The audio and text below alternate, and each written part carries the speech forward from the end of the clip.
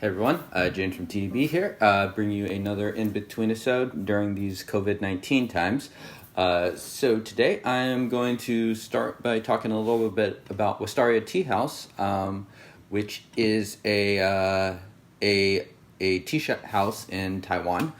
It is an old tea house in Taiwan. It's a pretty cool historical place to check out.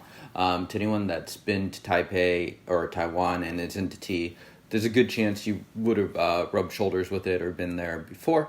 For me, it's often one of the first places I go when I get off the plane.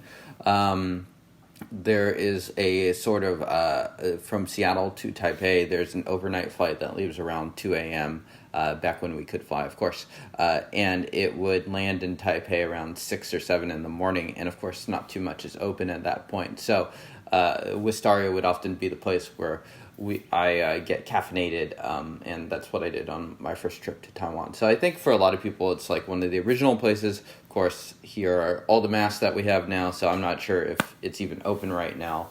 But a really cool place. Highly recommend people check it out. Great small business. Great place to just get a good feel for the tea houses of Taiwan. So yeah, really like that place. So they also do press a number of cakes. They have pressed a number of cakes throughout the years. I think the earliest versions of these teas are from around 2003 or so, plus or minus a year. There's a Zipin, which is an Iwu tea, which is quite famous from around then.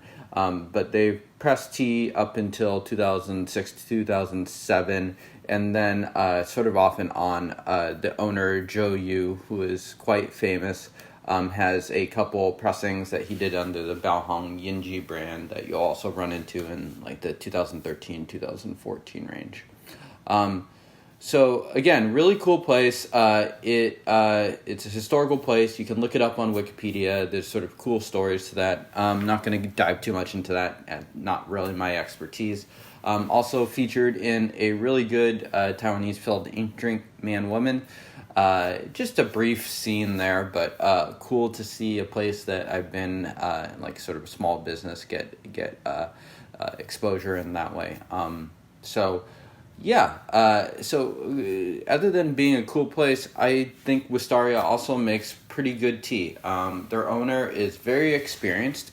He was definitely into tea and into probably Pu'erh before it was very early on. So he has a lot of experience. You used to be able to order just 1950s red mark straight off their special menu, and you could literally drink that in their tea house. Of course, not cheap, but it's crazy that you could do that so openly in a tea shop. And I find that their tea is just generally consistently well made. It might veer a little bit more towards blends. The tea I'm going to be talking about today is the 2007 Hongyin, so that's the red mark, which is a blend. And they just have really good core to the tea. There's a good structure. There's frequently a good aftertaste. So I'm not totally sure how Wistaria is doing during this COVID-19 pandemic, but I did notice that they are running a sale till the end of June. So I took that opportunity to pick up a few of these Hongyin cakes. It's a tea that I've had a couple times throughout the year, sampled, and I've always enjoyed it, but I never quite could spring for it. So I decided now would be the time. So this is probably going to be the one big order I do in 2020. So and for people that are interested, it shipped via DHL, which was really quite fast, not cheap, but the tea got here within a week or so. So if you're someone that has been quite frustrated experiencing those long ship times, even during normally pretty fast services such as EMS to the US from China or something like that, this is a separate service and it comes pretty fast. Okay, so those are some of the sort of things that I like about Wistaria. It also sort of fits a lot of the general categories of teas that I tend to look out for to buy, being just sort of semi-aged tea. I just find that for me brings me the greatest joy for the value. So those are a couple brief things about Wistaria I like. Going to move on to tasting this Hongyin now. So moving on to the Hongyin now. So again, this is not a cheap tea. I just calculated the price and it comes out to around 56 cents a gram. So you're looking at 55 to 60 cents a gram. That being said, I still find it to be not terribly, I still consider it to be a relatively good value. Maybe it's not a knock your socks off deal, but I think considering the Pu'erh market and where we are these days, not bad. I think one other thing I wanted to note about this tea specifically is there's a pretty cool article that came out around this time range when these teas, 2007, 2008, were being released, about just the production of this tea. So oftentimes when you see a tea labeled as red mark, that doesn't necessarily mean a whole lot. It can often just be a way to sort of market the tea. Of course, one of the most famous aged teas that's considered to be extremely good, I've never tasted it, is the 1950s, 1960s red mark. So a lot of these teas are just sort of cashing in on that. But when the Wistaria proprietor, Joe Yu, uses that name, it does tend to mean, at least to me, a bit more, as he's someone that has a lot of experience. I mean, he was literally selling this off of the menu before with that production, and from what I can tell, people seem to think of him as a very integritous person. So I tend to take his claims of being sort of a red mark remake more seriously than I would someone else's that worked for like Chongtai or something like that. But definitely recommend checking out that Leaf article. There's a Blue Mark cake that came out right around the same time. I think they might label it as 2008, or it might be 2007. That's sort of a blend. It's been a while since I had that, but it's a little bit more of a just strong factory, old school type production.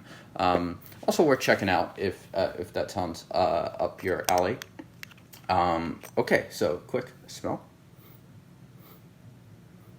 Earlier I was getting sort of mentholy notes, sort of sweet, sappy, woodiness to it.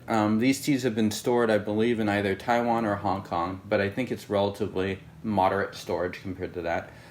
The tea is certainly aged, but it's nothing I would consider to be wet storage. Cheers.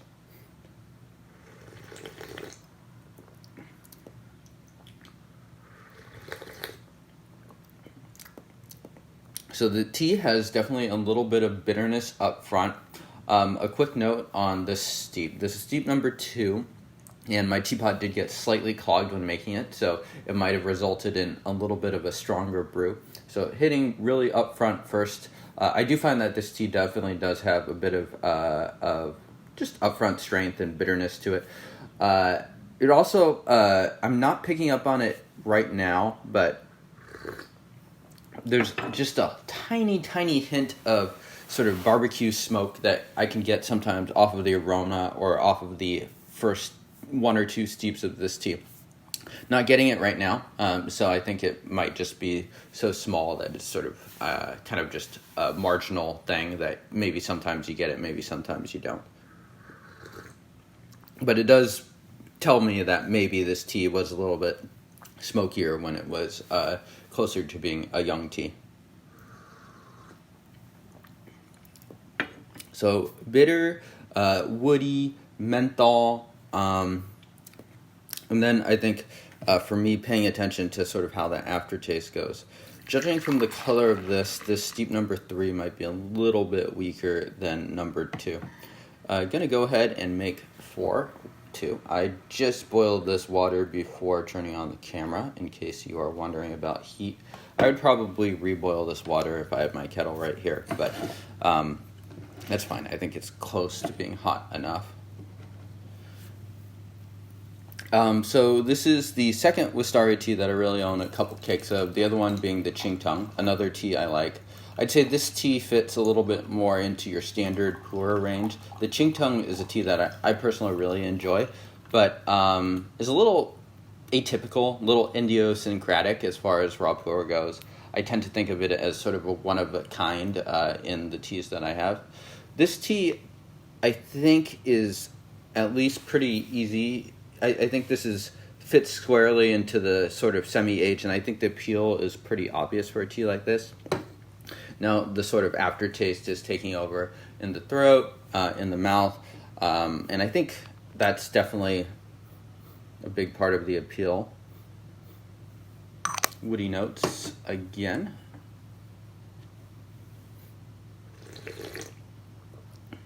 Yeah, so this one's a little bit lighter than steep number 2.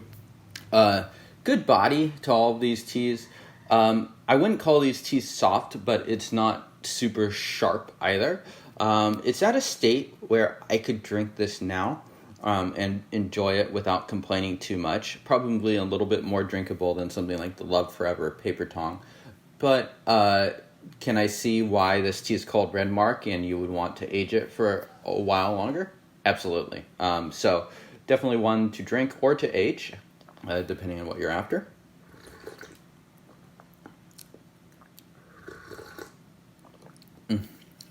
Minerals. This tea for me is more just obviously pleasurable. There's less of that upfront bitterness, which is transformative in a good way, but definitely makes it a little bit more approachable.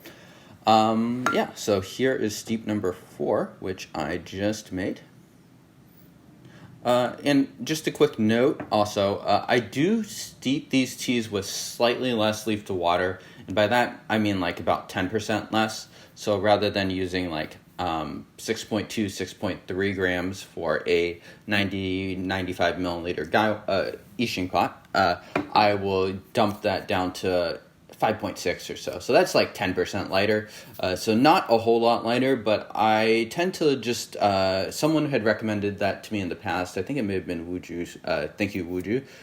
And I have enjoyed the brews to enough so that I've started to sort of replicate that in my own sessions. And that's something I do for both this tea and the Qingtang. Cheers.